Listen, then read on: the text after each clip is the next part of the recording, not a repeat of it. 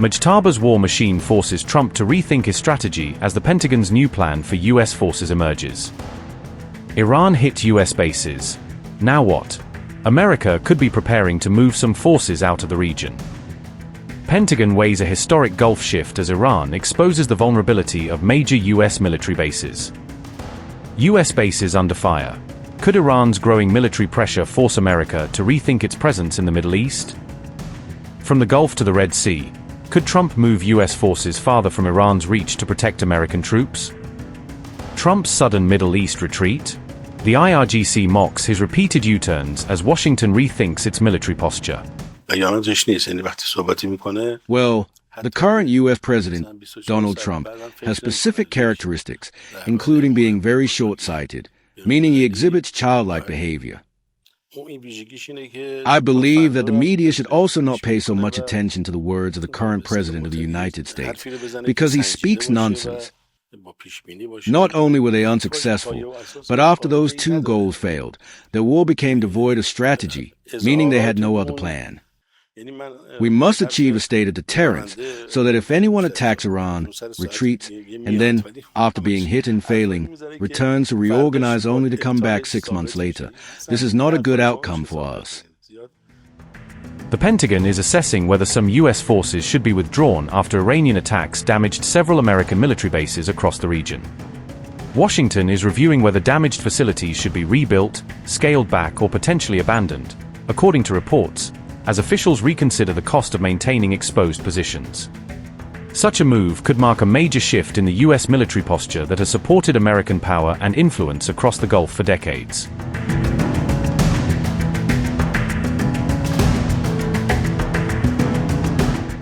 Iranian missiles reportedly damaged more than 200 structures and pieces of equipment across around 15 U.S. military sites during the conflict. Among the reported targets were aircraft hangars, fuel storage facilities, radar systems, accommodation areas, satellites, and air defense equipment supporting American forces. The attacks demonstrated how fixed and concentrated U.S. military bases can become high-value targets when facing an opponent with long-range missile capabilities.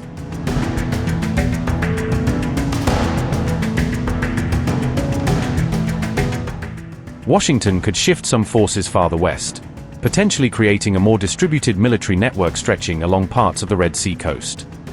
The aim would be to reduce America's dependence on bases located close to Iran, making U.S. personnel and critical military assets more difficult for Tehran to target.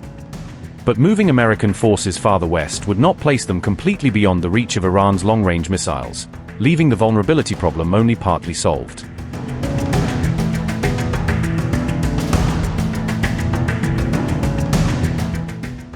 U.S. forces fired more than 1,000 Patriot and THAAD interceptors during the war while trying to protect American troops and installations from incoming threats.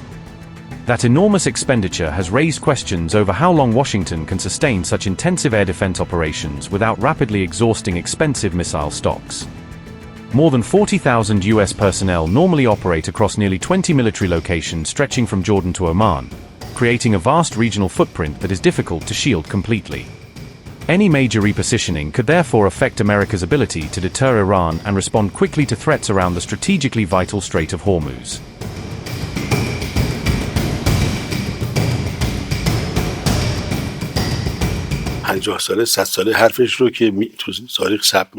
Well, the current U.S. President, Donald Trump, has specific characteristics, including being very short-sighted, meaning he exhibits childlike behavior. There is no foresight in his statements. When he speaks, he doesn't even think about. For example, 24 hours later, a major international leader should see the depth of his words, even 50 or 100 years ahead, knowing that history records them. However, his characteristic is that he cannot even predict tomorrow, nor say something measured and forward-looking. His words have no foundation or rules. His statements have destroyed American power. We don't rely on his words at all. I can rely on my driver's words way more than his, because he will come exactly at the time he promised. But he keeps saying things that are proven void by the next day. Don't rely on his words. I believe that the media should also not pay so much attention to the words of the current President of the United States, because he speaks nonsense. Every war has a goal, and that goal is stated by the one who started it. that what am I going to do? Victory can only be achieved, and success can only be claimed when the one who set that goal has actually reached it. The United States government announced two main goals in this war: to overthrow the Iranian government and to partition Iran. Those were their primary objectives.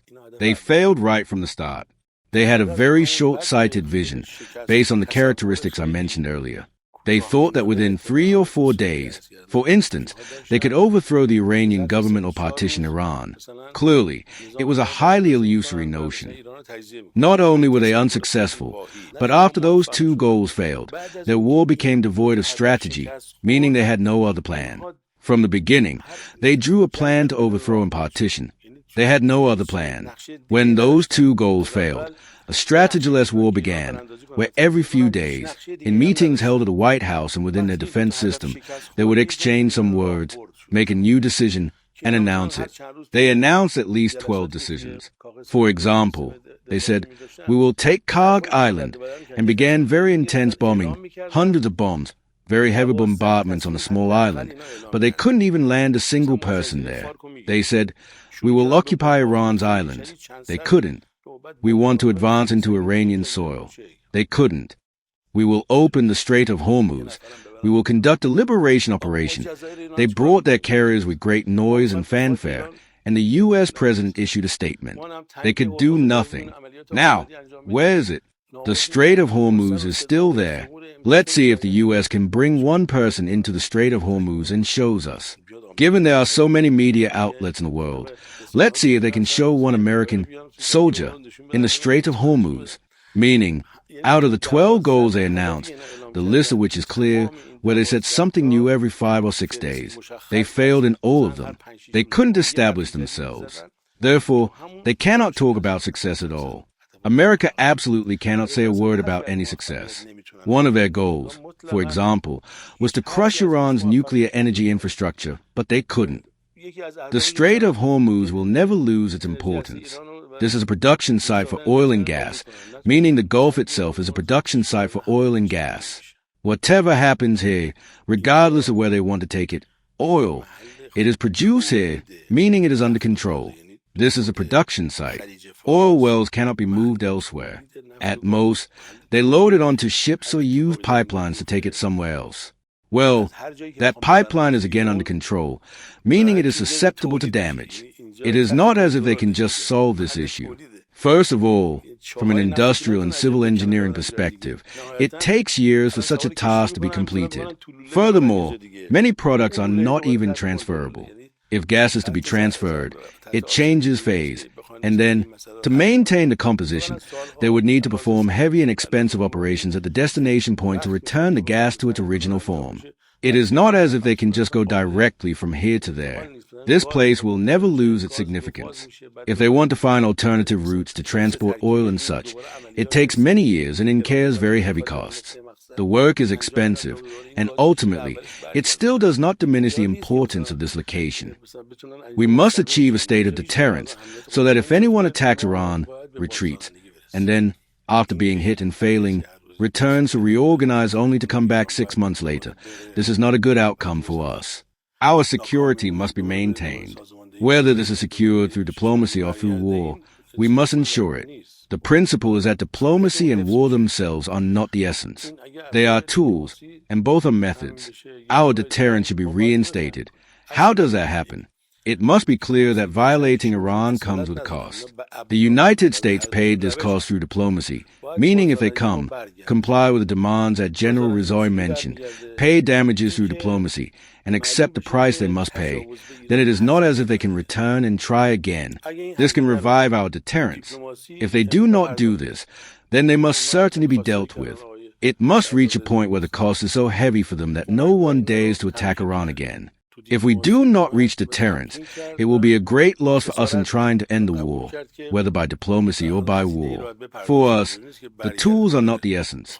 The goal is the essence, and the goal is returning to Iran's deterrence. Everyone saw that when the Ba'athist regime attacked Iran, we continued the war for 8 years to reach that point. We could have, for example, when we reached the international borders or certain points, compromised and settled, but we had not reached deterrence. The enemy would have re-equipped themselves and attacked us again. This was shown even at the end of the war with Operation Mersad. Despite the defeats they suffered during the 8 years of war, as soon as they felt that we had become weak, they launched another major attack, which again failed.